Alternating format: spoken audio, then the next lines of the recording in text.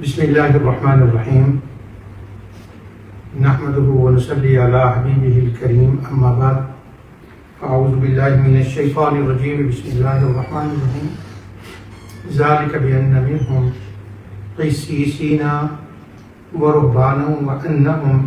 لا یستکبرون صدق اللہ العظیم۔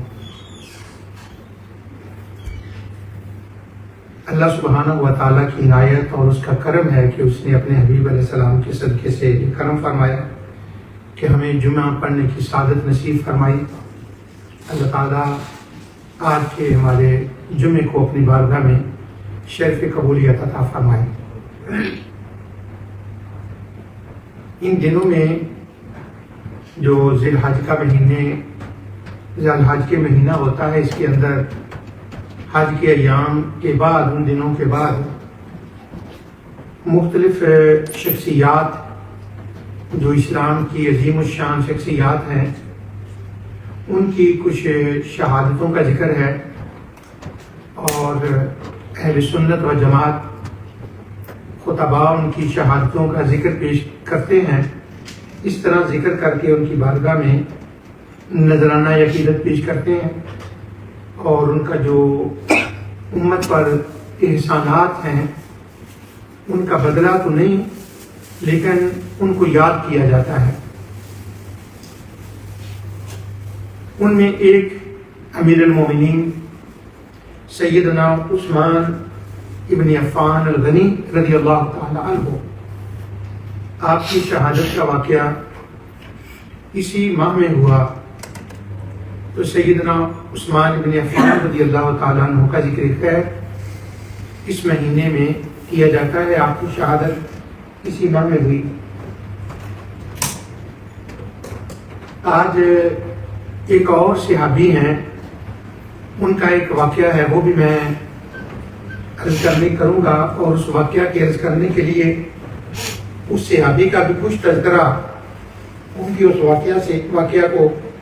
بیان کرنے کے لیے پہلے ان کا بھی تذکرہ میں کروں گا۔ مقصود ان کا ایک واقعہ بیان کرنا ہے، لیکن اس واقعہ بیان کرنے کے ساتھ یہ ایک موقع مل گیا کہ ان کی بارگاہ میں نذرانہ عقیدت پیش کر سکوں اور ان کا تذکرہ کر سکوں۔ ان کا تذکرہ لوگ بہت کرتے ہیں کسی اور حوالے سے، اور میں کسی اور حوالے سے ان کا تذکرہ کروں گا۔ جو ان کا تذکرہ کیا جاتا ہے وہ بھی میں بتاتا ہوں۔ حضرت سیدنا عثمان رضی اللہ تعالی عنہ کی بارگاہ میں ایک دو باتیں پہلے عرض کر دوں، بعد میں ٹائم کی مناسبت سے پھر کچھ عرض کروں گا۔ آپ کا ایک سب سے بڑا پہلا شرف تو یہ ہے کہ آپ آقا دو جہاں صلی اللہ علیہ وسلم کے عظیم صحابی ہیں، اور آپ کا شمار اولین صحابہ میں ہوتا ہے۔ اور اس کے بعد دوسرا آپ کا شرف ہے کہ آپ تیسرے خلیفہ ہیں۔ لیکن ان شرفوں کے ساتھ ساتھ آپ کا ایک عظیم الشان شرف یہ ہے کہ اللہ سبحانہ و تعالی نے آپ پر یہ عنایت اور کرم فرمایا کہ حضور نبی کریم صلی اللہ علیہ وسلم کے گھر میں ان کو 2 بار دلہا بننے کا موقع ملا، اور حضور نبی کریم صلی اللہ علیہ وسلم کی 2 بیٹیاں یکے بدیگرے ایک کے بعد جب ایک کا انتقال ہو گیا تو دوسری کا نکاح حضرت عثمان رضی اللہ تعالیٰ عنہ سے ہوا۔ حضور کی 2 صاحبزادیاں سیدہ رقیہ اور سیدہ ام کلثوم آپ کے عقد میں آئیں، اور آپ کو دنیا کا ایک عظیم الشان ترین شرف جو ہے وہ حضرت عثمان کو ملا۔ اس لیے آپ کو ذو النورین کہا جاتا ہے، 2 نوروں والا۔ آپ کی بہت فضیلتیں ہیں، ان میں ایک یہ فضیلت ہے کہ آپ کی سخاوت جو ہے وہ احادیث کے اندر، تاریخ کے اندر بہت مشہور ہے کہ جہاں بھی اسلام کے مشن کے لیے، اسلام کی اشاعت کے لیے اور اس کی نصرت کے لیے ان کو موقع ملا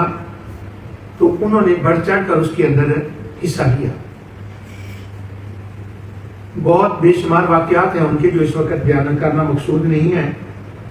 ان میں ایک یہ بات ہے کہ جو اگلے صحابی کا میں نے بیان کرنا ہے اس کے ساتھ اس کی مطابقت ہے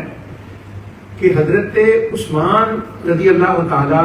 عنہ نے مسجد نبوی شریف کے اندر اس کی جگہ کو خرید کر وسیع کرنے کے لیے آپ کا ایک بہت بڑا کارنامہ ہے، اور آپ نے مسجد کا کچھ حصہ جو خریدا گیا وہ آپ کی رقم سے خریدا گیا، اور آپ نے وہ خرید کر مسجد کو عطیہ کیا، اور آج بھی اور قیامت تک وہ حصہ مسجد نبوی شریف کا حضرت سیدنا عثمان رضی اللہ تعالیٰ عنہ کی سخاوت کا منہ بولتا ثبوت ہے، اور پوری دنیا کے مسلمان جن کو وہاں جانے کا شرف حاصل ہوتا ہے وہ اس حصے میں نماز ادا کرتے ہیں جو حضرت عثمان نے اپنے پیسوں سے خرید کے مسجد نبوی کو گفٹ کیا۔ یہ بہت بڑا اعزاز ہے، بہت بڑا اعزاز ہے آپ کے لیے۔ اور پھر جب آپ خلیفہ بنے تو احادیث میں جو آپ کے واقعات آتے ہیں ان میں ایک یہ واقعہ آتا ہے کہ خلیفہ بننے کے بعد انہوں نے مسجد نبوی شریف کو کچھ وسیع بھی کیا، اور اس زمانے تک ایران، عراق، شام یہ فتح ہو چکے تھے، اور مسلمانوں کی جو مالی حالت ہے ماشاءاللہ وہ بہت اچھی ہو گئی، لوگوں کے مکانات جو تھے وہ بھی اچھے بن گئے۔ تو حضرت عثمان رضی اللہ تعالیٰ عنہ جب خلیفہ بنے تو انہوں نے سب سے پہلے اس طرف توجہ کی کہ مسجد نبوی شریف کی جو در و دیوار ہیں ان کو نقش و نگار کیا جائے، ان کو خوبصورت بنایا جائے، اور انہوں نے بنائی۔ اور مسجد کی جو سیلنگ تھی، جو چھت تھی، اس کے اوپر انہوں نے ایک قیمتی لکڑی لگائی، اور اس طرح سے مسجد نبوی شریف کی انہوں نے جو آرائش تھی، جو اس کے نقش و نگار تھے، جو اس کی خوبصورتی تھی، اس کے اندر حضرت عثمان غنی رضی اللہ تعالیٰ عنہ نے اپنے خلیفہ بننے کے بعد جو پہلا کام کیا وہ مسجد کی خدمت اور مسجد کے نقش و نگار تھے۔ اس طرح سے حضرت عثمان رضی اللہ تعالیٰ عنہ نے مسجد کی ایک خدمت کی۔ آج مسجد نبوی شریف کی جو خوبصورتی ہے اس کی ابتدا حضرت عثمان رضی اللہ عنہ کے زمانے سے ہوئی ہے۔